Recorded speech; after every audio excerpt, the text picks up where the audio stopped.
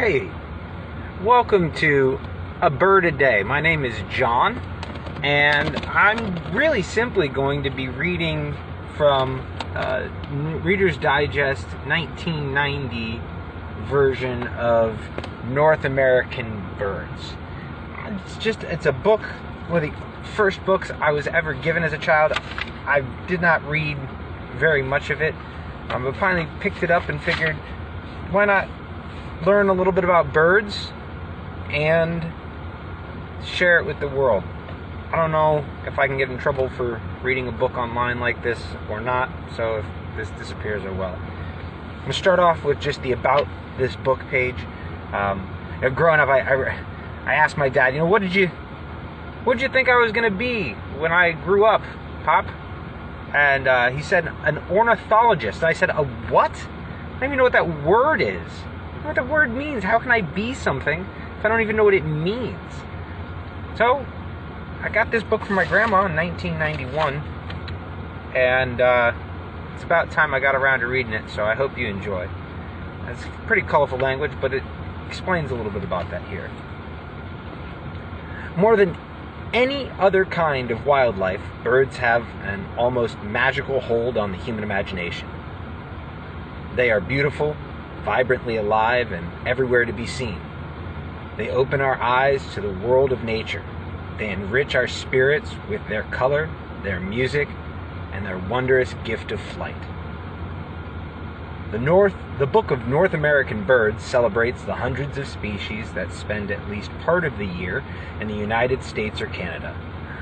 It includes some 600 species in all.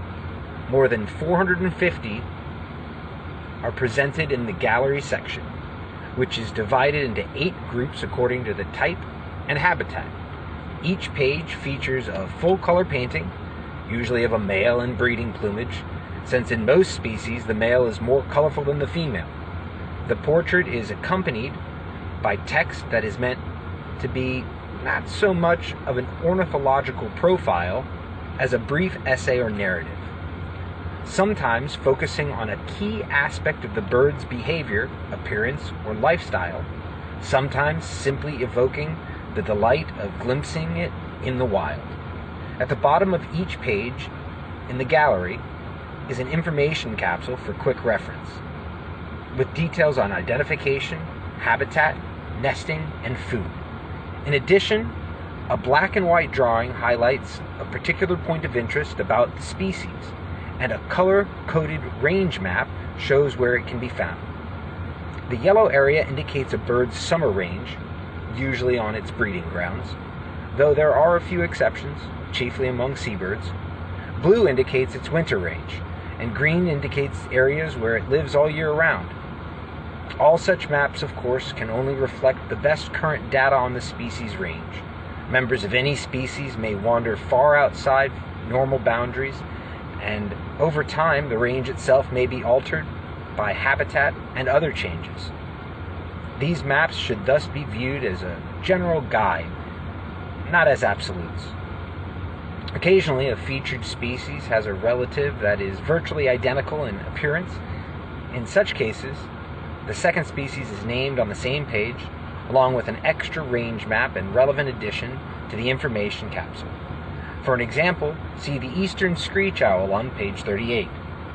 Following the book's main section is a special collection of more than 100 species that are rare or have limited ranges in North America.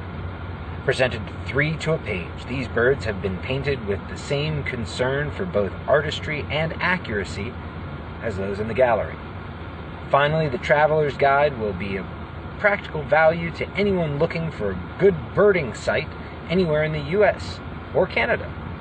Arranged alphabetically by state and province, the guide describes more than 350 prime locations for seeing America's birds at their best. And that's from the editors. I'm going to be going simply through the gallery, and we're going to start with the birds of prey. They are warlords of the air, the hawks, the falcons, the owls, the eagles, and other birds referred to as raptors.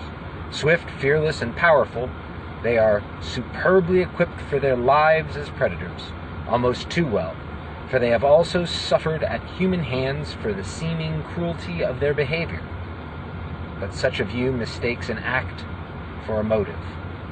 These fierce hunters, like all wild creatures, are only carrying out the roles given them by nature.